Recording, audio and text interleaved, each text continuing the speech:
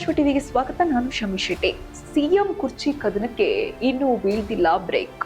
ಸೂಕ್ತ ನಿರ್ಧಾರ ತೆಗೆದುಕೊಳ್ಳದ ಹೈಕಮಾಂಡ್ ದಿನಕ್ಕೊಂದು ಸ್ಟ್ರಾಟಜಿ ಮಾಡುತ್ತಿರುವ ನಾಯಕರು. ಹೌದು, ಸಿಎಂ ಪಟ್ಟ ಪಡೆಯಲು ಪಟ್ಟು ಹಿಡಿದಿರುವ ನಾಯಕರು ನಾನಾ ರೀತಿಯಲ್ಲಿ ಪ್ರಯತ್ನಗಳನ್ನ ಮಾಡ್ತಿದ್ದಾರೆ. ಹಾಗೆಯೇ ಇತ್ತೀಚೆಗೆ ಉಪಮುಖ್ಯಮಂತ್ರಿ ಡಿಕೆ ಶಿವಕುಮಾರ್ ಬಣದ ಶಾಸಕರು ಖಾಸಗಿ ಹೋಟೆಲ್ನಲ್ಲಿ ಒಟ್ಟಿಗೆ ಸೇರಿರುವುದು ರಾಜಕೀಯ ವಲಯದಲ್ಲಿ ಭಾರಿ ಚರ್ಚೆಗೆ ಕಾರಣವಾಗಿದೆ. ಮಾಗಡಿ ಬಾಲಕೃಷ್ಣ ಅವರ ಜನ್ಮದಿನದ ನೆಪದಲ್ಲಿ ಈ ಸಭೆ ನಡೆದಿದ್ದು, ಸುಮಾರು 20ಕ್ಕೂ ಹೆಚ್ಚು ಶಾಸಕರು ಈ ಕೂಟದಲ್ಲಿ ಭಾಗವಹಿಸಿದ್ದಾರೆ. ಈ ಸಭೆಯಲ್ಲಿ ಸಚಿವ ಡಿ ಸುಧಾಕರ್ ಹಾಗೂ ಮಂಕಾಳ್ ವೈದ್ಯ ಕೂಡ ಹಾಜರಿದ್ರು.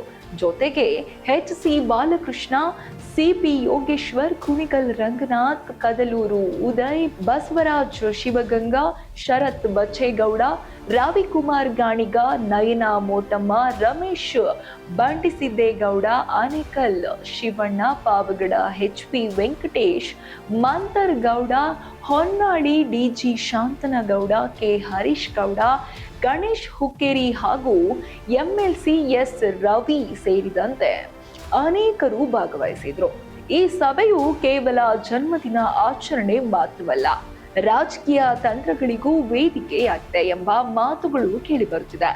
ಸಿಎಂ ಸ್ಥಾನಕ್ಕಾಗಿ ನಡೆಯುತ್ತಿರುವ ಒಳಜಗಳ ದಿನೇ ದಿನೇ ರೋಚಕ ಘಟ್ಟ ತಲುಪುತ್ತಿದೆ.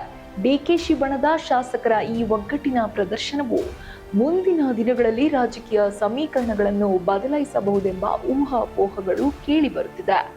ಇದರಿಂದಾಗಿ ಕಾಂಗ್ರೆಸ್ ಪಕ್ಷದ ಒಳಗಿನ ಬಲ ಪೈಪೋಟಿ ಮತ್ತಷ್ಟು ಗಟ್ಟಿಯಾದ ಸಾಧ್ಯತೆ ಇದೆ.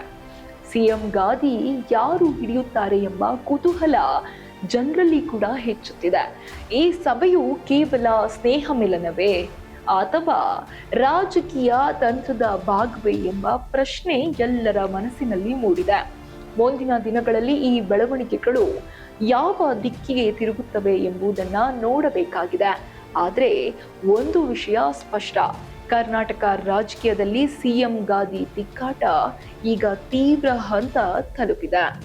ಇದಾಗಿತ್ತು ಈ ಹೊತ್ತಿನ ವಿಶೇಷ. ಇನ್ನಷ್ಟು ಅಪ್ಡೇಟ್ಸ್ಗಾಗಿ ನೋಡ್ತಾ ಇರಿ ಸಪ್ತಾಶ್ವ ಟಿವಿ.